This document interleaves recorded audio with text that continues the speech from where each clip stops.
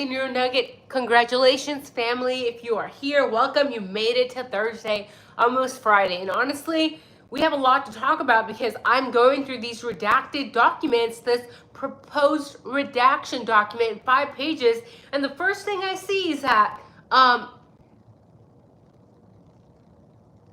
there is something mentioning 2 brothers, right? Something brothers. It's in quotation. We know that this is one of the cases that has had like the most redacted anything. So it's extremely concerning to me because, again, for those of you who have been keeping track of all the theories, including the theories that were posted and shared on 4chan, guys, what the actual F is going on, right? Because maybe I don't know. Let's just get into it. And by the way, guys, be nice to me because I don't feel good whatsoever. I honestly thought of just not going live. I don't know if it's allergies or flu or COVID. I don't know. I don't know what's going on. I tested myself. It's all negative, but I feel like I got hit by a damn truck. So my nose is runny. I look disgusting. I look sick. Be nice, okay? And I won't be on here very long just because I don't want to gross you guys out. It's disgusting, right? But we want to talk about these brothers because we know that there were multiple sources of DNA found at the house. We have male A, or DNA A. We know now by reading these legal documents that was Brian Kohberger. That was allegedly the DNA, touch DNA. By the way, touch DNA is not allowed in military courts because we know it's bullshit, right? Male A. Now there's also unknown male B and D, which makes me think that there's probably also an unknown male C. We have yet to see that though, but when I'm going through these documents here, I'm going to skim through the proposed redactions to January 23rd, 2025. This is the state saying that they want to redact more things, right? They want to redact more things yet again. And I don't know, but it seems like the judge is trying to protect some sort of people. Will he redact this? We don't know. Is he going to side with the state? We don't know. But we know that Judge Hippler is the type of man to side with the state. He doesn't care about corrupt officers. We know that in previous cases, he has sided with police officers, even though they have done things illegally and they have had horrible investigative techniques. He sided with the cops that actually broke down into somebody's house who was mentally incapacitated. So still sided with the cops. So yeah, how low are his standards? Very low, right? Anyway, come now, the state of Idaho, by and through the Laydock County prosecuting attorney, and in response to the court's January 27, 2025 order regarding the hearing transcript, submits the following proposed redactions from the January 23rd, 2025 hearing. So this is what the state is trying to block. Yet again, they continue to redact things. And again, it's like, okay, I thought you had the right guy. Why do you have to keep redacting shit? And now we know because of this document that there's potentially brothers involved in this case. And they're trying to redact this information.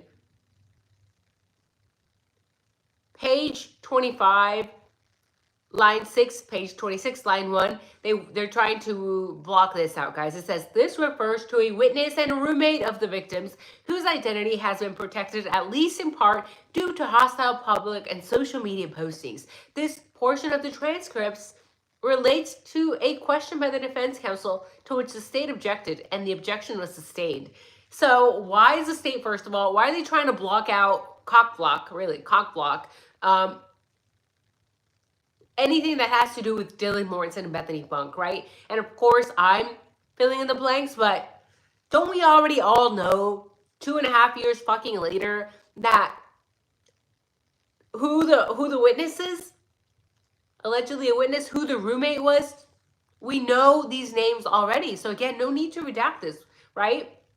But you have to try to cover your shit up when you're lying and when you're making the narrative fit Brian Koberger. When you're making the crime fit Brian Koberger, even though he probably did not commit this crime, you're going to want to block everything out. You're going to want to redact everything out. You're going to try to protect, the identity of these people with hostile public and social media postings. Bitch, please. These two bitches were literally posting shit on social media, right? Was Dylan Mortensen not out there with her booty dress, right? Very short black dress, partying with these university girls? I'm not judging. I'm just saying. Why are you so concerned about this? Then page 2 or line 2 says, page 28, line 2, page 31, line 18, this portion of the transcript involved inquiries by the defendant related to a separate Frank's motion instead of the relevant IGG topic, and like the portion listed immediately above, was objected to by the state and the objection was sustained.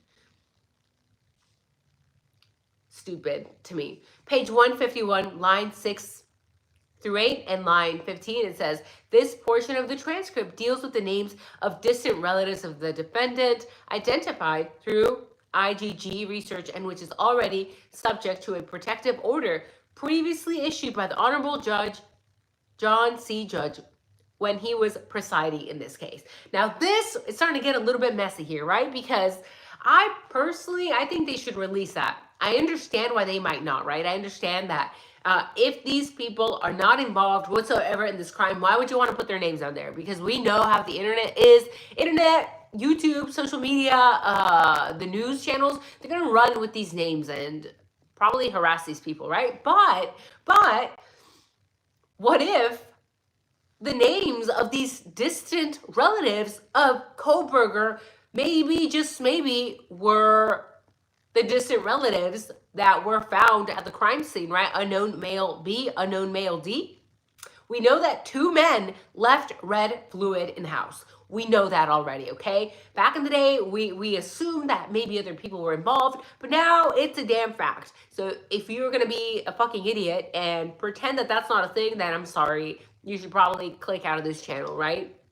We know by now that there were other men in the house, and I don't know about you, but I think it's kind of common sense to assume that they were involved in the crime in one way or another, right? We know that in this type of crime, this extremely violent crime that supposedly happened very, very quickly in a very small time constraint, right? There was only however many minutes.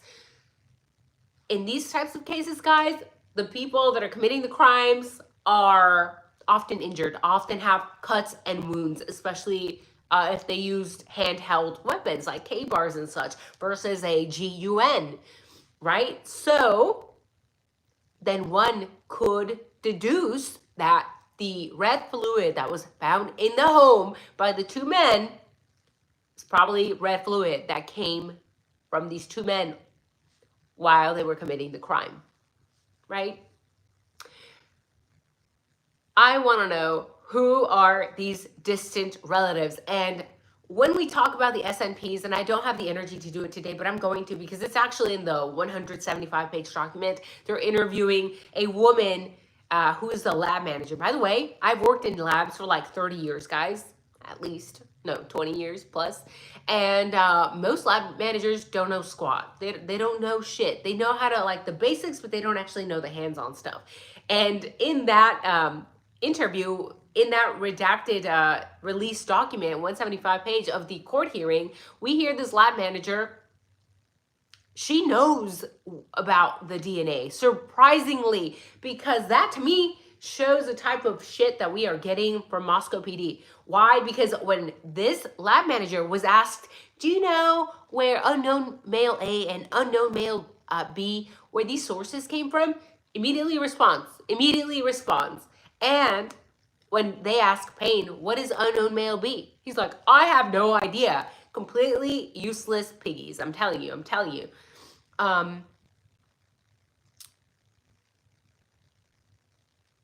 Who do you guys think that these distant relatives are?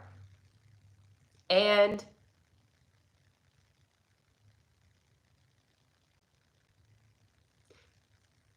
we have page 153, line 9. The portion of the transcript relates to the, and it's blurred out, brothers, it says in quotations, who are also identified as potential relatives of the defendant through the use of IGG and whose identities are subject to the prior presiding judge's protective order on IGG materials. And again, you guys know I'm neurodivergent and I have ADD.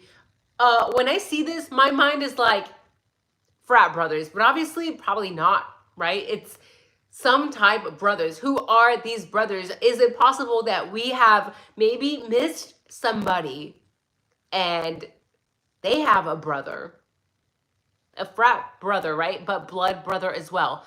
I'm just curious. This is for myself. I'm just thinking out loud. Does Jack Decor have a brother? How many brothers does Ethan Chapin have?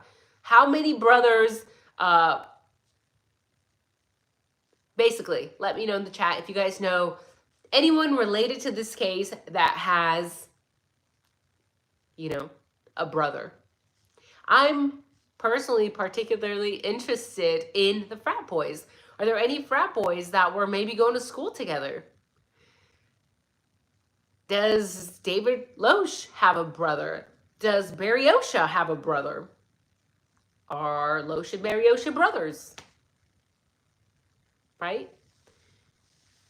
I don't know. It's very creepy to me. And again, we understand why they would want to block these identities out, but I want to know. I want to know. It says the state submits these redactions are appropriate under ICAR 32 and that they're exempt from public disclosure under the Idaho Code, blah, blah, blah. And a public release would constitute an unwarranted invasion of personal privacy.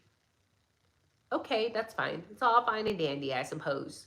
I still want to know who those brothers are. Do you guys think that there's any possibility that these brothers that are being blocked out, that these brothers that came up in the IGG have anything to do with unknown male B, unknown male D, the red fluid that was all over the crime scene, right? I have heard a lot of Kopaka before, but I'm just wondering, why would you guys go to Kopaka though?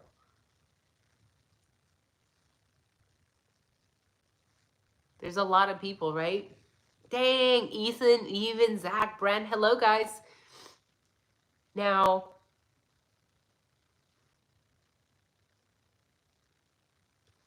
see if I can pull up the chat here.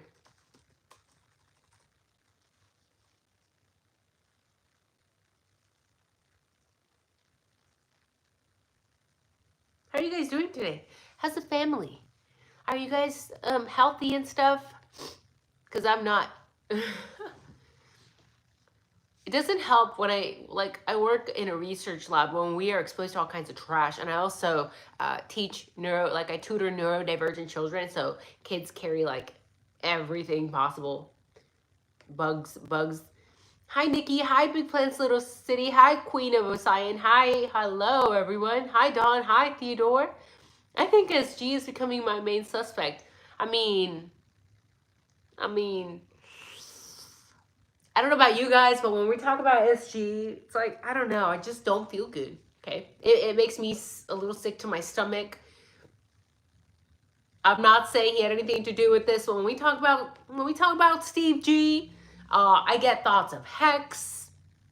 And the thing I can never get out of my freaking brain is the fact that supposedly, we've heard the Gonsalves say, oh my God, we loved our daughter, and we loved Maddie, right? How we were so close, that the girls were so close, and we were so close to the girls, oh my God, we just love them. Then why the fuck didn't you fucking two bitches, I'm sorry, I'm just in a mood and I'm sick. Why didn't you guys go to 1122 King Road when you heard that there was something that had taken place, right? Because allegedly the Gonsalves had gotten news that there maybe was a shooting or something like that had taken place, but you still decided to fucking sit your ass home. Oh, but he was in the hospital because of a rash? Really? I don't know about you guys. I don't know if you guys have children, but for me, if somebody calls me and tells me that my daughter, and not only one, right? Because they love to claim Maddie as your second daughter. So your bitch ass is gonna fucking get up here put out multiple GoFundMes, and then say, oh my God, I loved my daughters. I love them both so much. But you're not going to get in the fucking car and drive to check on them, right? Isn't that the first thing that you would do? You think I'm going to give a shit about a rash I have going on? Go to the ER? I think most parents with a heart would be going to the fucking house. Are my babies alive, right? These people, Christy and Steve, had 2 reasons to go there, right? You had the reason Kaylee, and you had Maddie. And you heard something, and then you complained, oh, but Ellie took so long to get back to us. Isn't that another reason to drive the fuck over there? I don't know. Maybe I'm overreacting. Maybe my maternal instinct is taken over me and I can't think clearly. Right? That has never sat right with me. Whether you're a mother or a father or an auntie, I know damn well some of y'all out there don't have kids, but you would still get in that car and drive over to see if your 2 lovely nieces are okay. Right? Isn't that the common sense thing to do? Maybe not. Maybe we're just too empathetic. And there was something else that I wanted to go over with you guys. It's kind of all over the place. I'm going to pull up the order redacting the portions of the closed hearing transcript, which I went over a couple days ago. I went over like page 5 to 25. I wanted to cover another portion today, just a small portion, because again, this is a 175-page document, right? Where is it? Oh, here it is. The redacted hearing. The famous redacted hearing. So I'm going to go to page...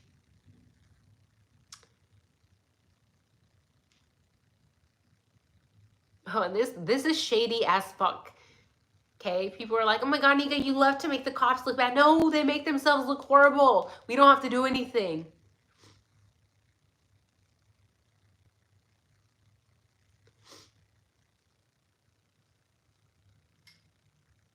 So first they are asking Miss Taylor, right? They're asking Miss Taylor a lot of questions. Or Miss Taylor, Miss Jennings, sorry. Anne is asking her a lot of questions. She said, let's talk about the vehicle identification for a minute, shall we? Before I run back down through the rest of the affidavit after Brian was identified. When you worked with Special Agent Emil to identify a vehicle, was there more than one vehicle he identified? I don't believe there was. If memory serves, it was just the Hyundai Elantra. Ann Taylor says, would you agree that he was most comfortable with the years 2011 to 2013? Object, Your Honor. For the same reason, I don't understand the scope related to IGG. So here we have Miss Jennings covering her ass. It's like, answer the fucking question, bitch.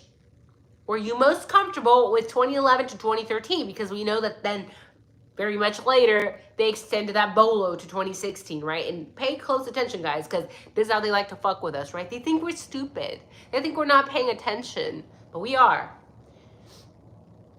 Miss Jennings, or sorry, Ann Taylor says, Your Honor, I'm going to ask for a little leeway on this one. I think it will be clear in about 2 more questions. It is a sealed proceeding. I will be arguing it at the Franks. Judge says, I don't want to pollute the record, so approach. And says they looked for 2011 to 2013. It was their BOLO. It was after Brian was identified by IGG. They expanded the search. What the fuck did Ann just tell us? Okay, she's telling us that they did not expand that date until after they identified Brian. How did they identify Brian? They only got that name because of a tip that was used and given by the FBI to these piggies.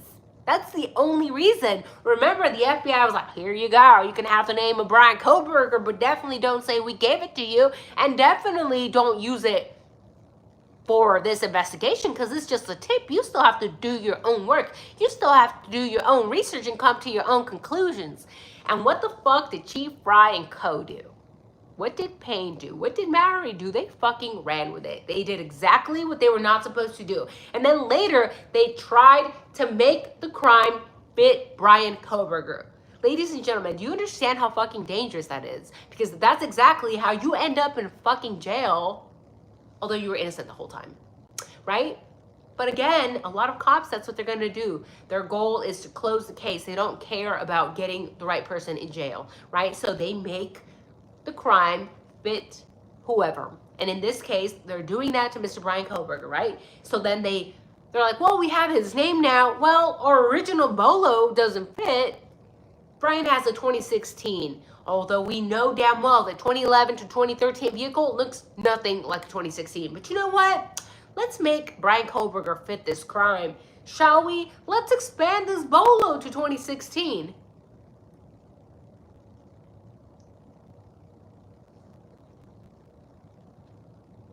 And Hippler says that relates to what?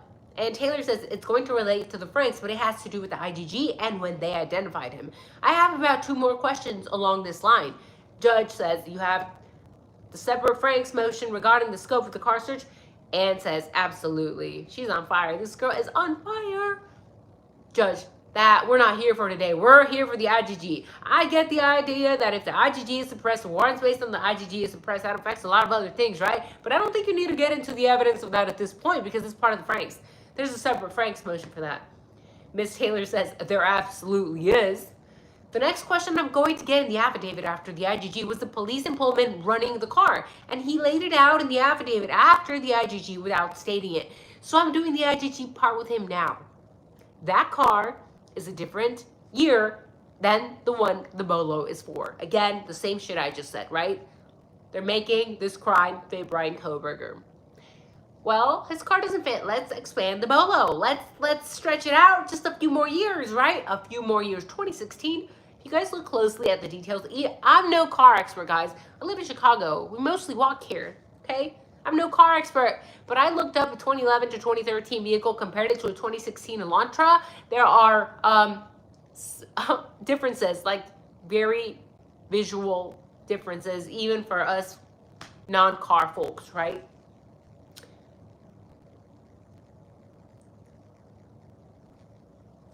The court says, counsel?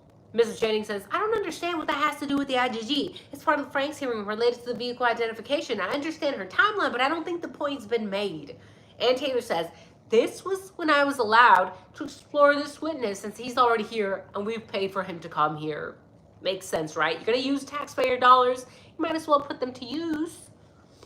The judge says, yeah, but I didn't open up everything to the Franks because we couldn't get into all the other things. I understood we could get into the entirety of the Franks on IGG, which is why I allowed it, and that's why we're going to stick to today. Anne says, IGG flows, it makes everything. And then the judge cuts her rudely off and says, well, I'm not suggesting we get into another Franks issue that's sprung in part from the IGG. And so I think we need to just talk about the specific IGG stuff today in terms of the Franks. That's not a separate motion to suppress based solely on that, not the IGG, as if I'm not mistaken, apart from the Franks motion. Ms. Taylor says to suppress, which I'm not following, I'm sorry. The court, or the judge says, these are motions to suppress that are not Franks related. Ms. Taylor says, right, I'm not going there. So again, Judge Hippler being biased, not letting her talk, cutting her off, jumping to conclusions, saying, that's not what we're here to talk about. And Ann Taylor's like, that's not where I'm going with this. Why are you, I'm trying to make a point. I'm trying to make a point that they extended the Bolo after they had the name of Brian Kohberger, right? That was given to them by the FBI, which are very close friends to Chief Fry. Wow, by the way, what happened to that bitch? Because I looked him up earlier and there's nothing new that I've seen on French Fry. Did he fucking disappear? We all know that he decided to retire, right? Chief French Fry. So then, judge says there are various Franks motions, one of which is to suppress.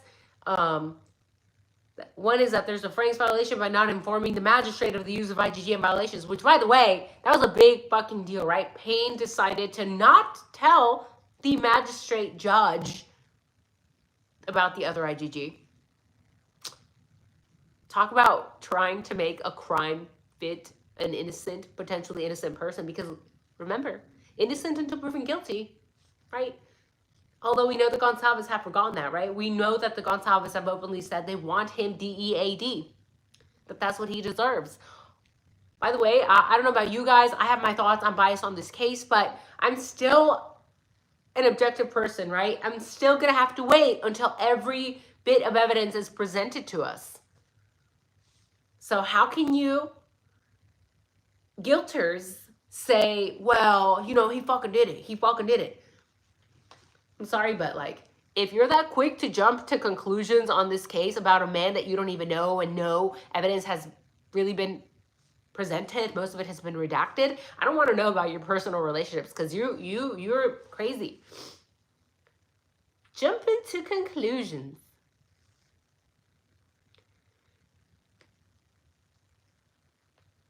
And then Ann Taylor's still questioning Miss Jennings, and she said, well, all the things in the warrant that became particular to Brian Kohberger were not on your radar before you learned his identity through IGG. Is that correct? Yes, ma'am. And you elected to put the IGG identification, and you elected not to put the IGG identification in your probable cause affidavit. Is that right? And Ms. Jennings, of course. Ms. Jennings says, yes, ma'am. What led to that decision? Miss Jennings is not a stupid bitch, okay? This bitch knows what she's doing. She's not gonna take the blame for this shit. She says, well, I can imagine her with sweaty palms, right? Well, that decision was a collaborative decision. We made that decision in an effort to independently verify the information that was provided to us as a tip from the FBI, in much the same way we would any other tip in law enforcement. Really? Because I heard there were like 10,000 plus effing tips in this case, but you decided to run with this one. Interesting, Miss Jennings. And interesting that you're now pointing the finger to everybody else. You said, this was teamwork. This was teamwork. It wasn't me. It was teamwork. And maybe it was.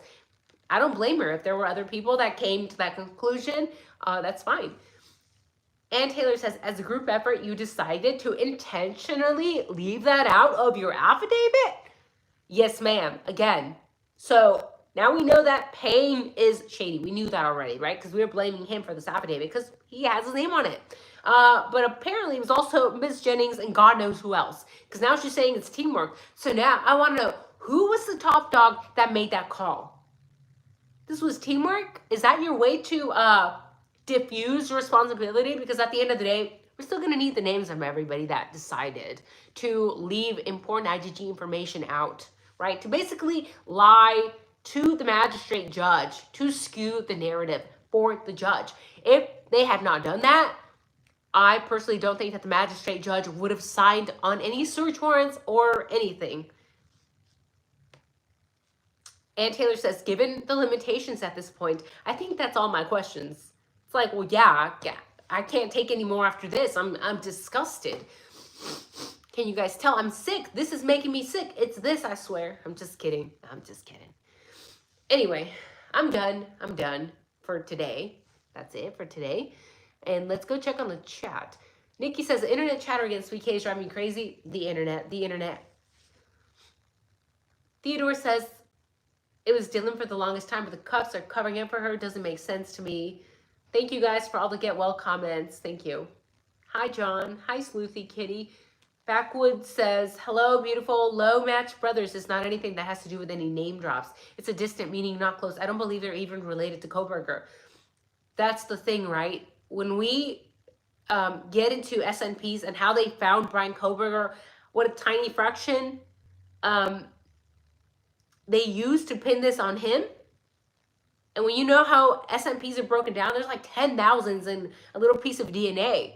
So I want to know what other names popped up, because just because Brian Kohberger popped up and other relatives with similar DNAs, if we are believing over here or assuming that Brian Kohberger is guilty, then we need to look at the other two distant relatives that popped up because they're looking at these same SNPs. They're looking at these centimorgans, tiny fractions of DNA. So the FBI, what they should have done if they wanted to be actually fucking helpful is let's not give Moscow PD the one name. No, you need to give Moscow PD all names that they found attached to that DNA that was found.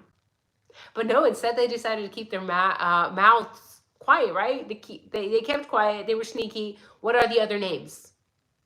And now that we know that there are 2 other sources of red fluid, well, is it possible that they're connected? They might not be, but still.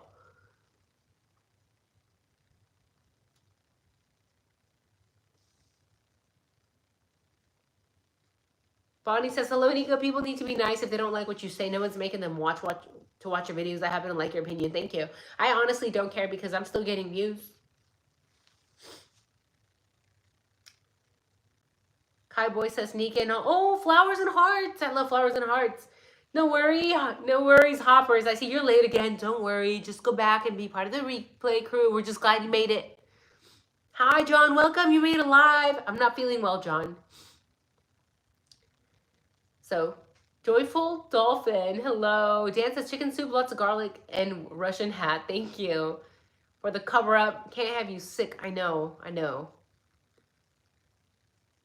No, exactly. I agree with Backwood Beats. Yeah, Hitler has no standards. Thank you for the tea. Did you mean nettle? Nettle tea? Nettle? I've never heard of metal tea. Oh, yes, thank you. Peppermint tea as well. Oh, so good. Pub Giant says, it takes tremendous mental gymnastics to believe the official narrative. It sure does, and that's why we know something is off and things are not making sense, right? Hello, SJSU Philosopher. Hello, Springwater Pixie. Welcome. D Smalls. Probably why everyone thinks Anne is playing games because she had to be clever to get this exposed. Yeah, you have to play those stupid games, right? Because otherwise, you're not going to make it. You're not going to make it. So, hello, Tommy Jude Kopaka, one of 4 brothers. Crime Time says, do we know for certain that Brent and Brian aren't distantly related? Well, I don't know, but what I'm talking about is 2 separate people from Brian Koberger. So, and there's also the part that says brothers that was redacted. Which brothers were found? Which brothers? Either way, guys, I'm sorry, I feel bad. I don't have the energy to go through the whole chat today. I'm just exhausted.